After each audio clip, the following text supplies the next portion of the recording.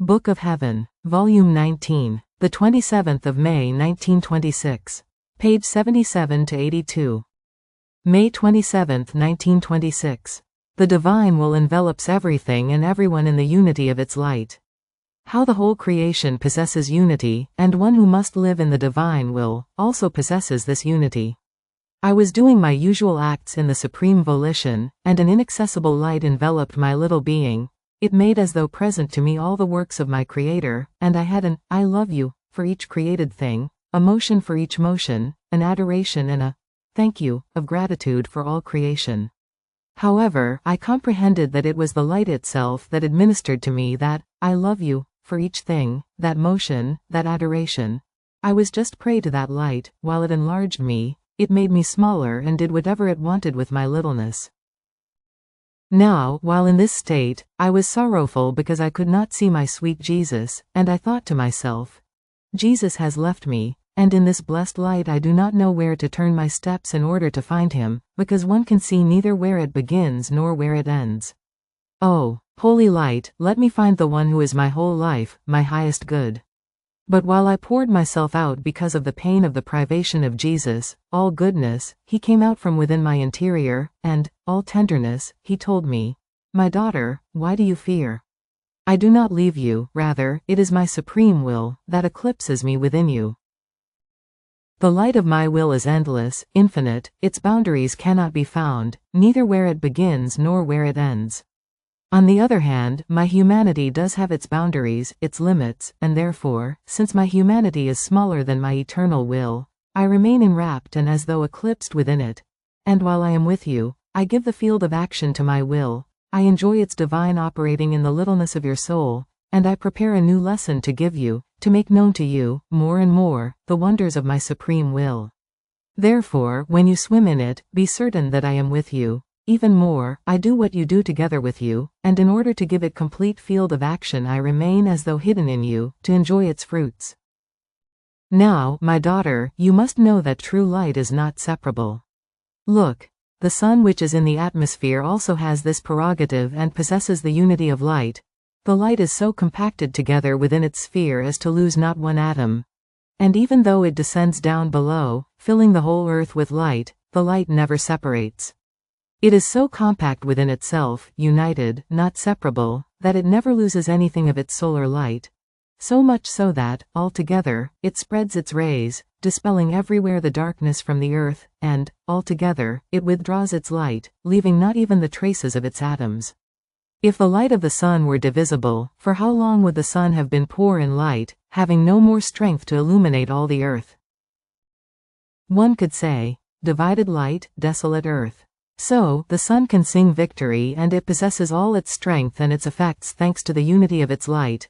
And if the earth receives so many admirable and innumerable effects, to the point that the sun can be called the life of the earth, everything comes from the unity of the light it possesses, which, after so many centuries, has lost not even one atom of light which was entrusted to it by God, and therefore it is always triumphant, majestic and fixed, and always stable in its light, in singing the praises of the triumph and the glory of the eternal light of its Creator.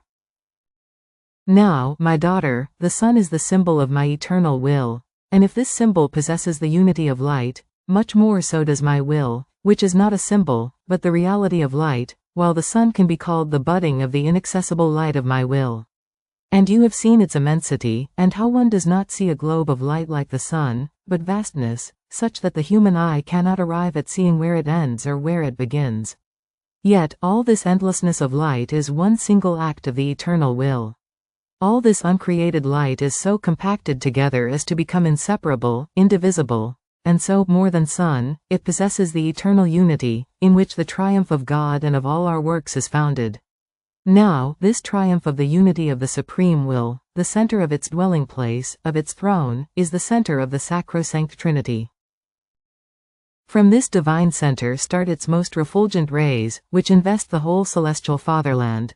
All saints and angels are invested by the unity of my will.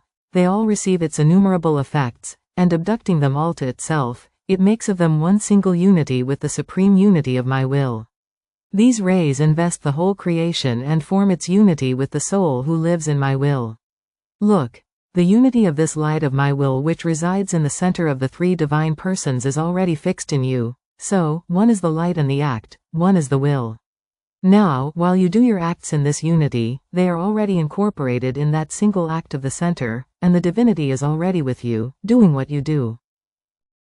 The celestial Mama, the saints and angels, and the whole creation, all in chorus repeat your act, and feel the effects of the supreme will. Watch, listen to the prodigy never before seen of that single act which fills heaven and earth, with the very Trinity unifying itself with the creature and placing itself as the primary act of the creature. At that moment I could see the eternal light fixed in me, and I could hear the chorus of the whole of heaven and of all creation in its mute language.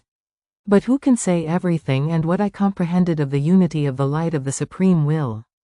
Jesus added, "My daughter, in order for each act to be good and holy, its origin must come from God, and, behold, for the soul who lives in my will, in the unity of this light, her adoration, her love, her motion and everything she may do, begin from the divine Trinity." So, she receives the origin of her acts from God Himself, and here is how her adoration, her love, her motion, are the same adoration which the three divine persons have among themselves, the same reciprocal love which reigns among the Father, the Son and the Holy Spirit, and her motion is that eternal motion which never ceases and gives motion to all. The unity of this light places everything in common. Whatever God does, the soul does, and whatever the soul does, God does, God by His own virtue, the soul by virtue of the unity of the light that envelops her. Therefore, the prodigy of living in my will is the prodigy of God Himself. It is primary prodigy, while all other prodigies, all other works, even good and holy ones, remain eclipsed. They disappear before the acts done in the unity of this light. Imagine the sun, spreading its rays in the unity of its light, invading all the earth, and then the creatures, placing before the blazing light of the sun all the lights that exist in the low world, electric light, private lights. As many as they would want to put there, their light would always be meager before the sun, almost as if they did not exist, and no one would use all those lights to give light to their steps in order to walk, to their hands in order to work, to their eyes in order to see, but all would use the sun, and all those lights would remain idle, without doing good to anyone. Such are all the other works which are not done in the unity of the light of my will. They are the little lights before the great sun, which one almost does not notice. However, those very lights which are useless, which make no impression and do no good when the sun is present, once the sun disappears, acquire their little value, do their little good, are light in the darkness of the night, serve the work of man. However, they are never sun, nor can they do the great good which the sun can do. Yet, the purpose of creation was that, all things having come out from within the unity of this light of the supreme fiat, all should have remained in the unity of it. Only the creature did not want to recognize this purpose. He went out of the unity of the light of the Son of my will, and reduced himself to begging for the effects of this light, almost as the earth begs its vegetation and the development of the seeds it hides in its womb, from the sun.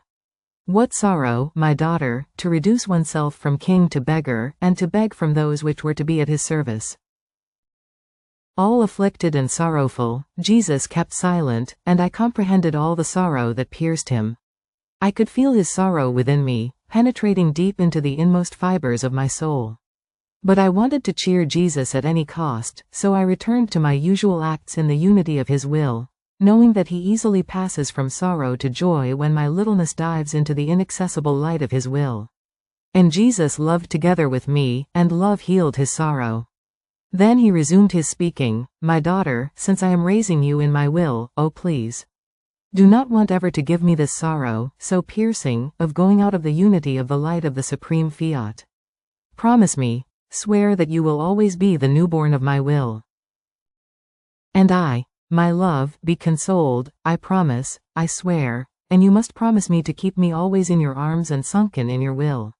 You must never leave me if you want me to be always, always, the little daughter of your will, for I tremble and I fear myself, more so, since the more you speak about this supreme volition, the more I feel that I am no good, and the nothingness of my nothing makes itself felt more."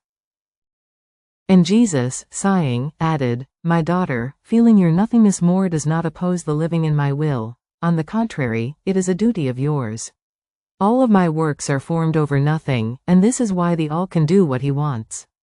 If the sun had reason, and someone asked it, "What good do you do? What are your effects? How much light and heat do you contain?" it would answer, "I do nothing, I just know that the light given to me by God is invested with the supreme will, and I do whatever it wants. I extend wherever it wants, and I produce the effects it wants, and while I do so much, I remain always nothing and the divine will does everything in me. The same for all my other works, all their glory is to remain in their nothingness in order to give the whole field to my will, to let it operate. Only man wanted to do without the will of his creator, he wanted to make his nothingness operate, believing himself to be good at something, and the All, feeling himself placed after the nothing, went out of man, who reduced himself from superior to all, to inferior to all. Therefore, let your nothingness be always at the mercy of my will, if you want the unity of its light to operate in you and call the purpose of creation back to new life.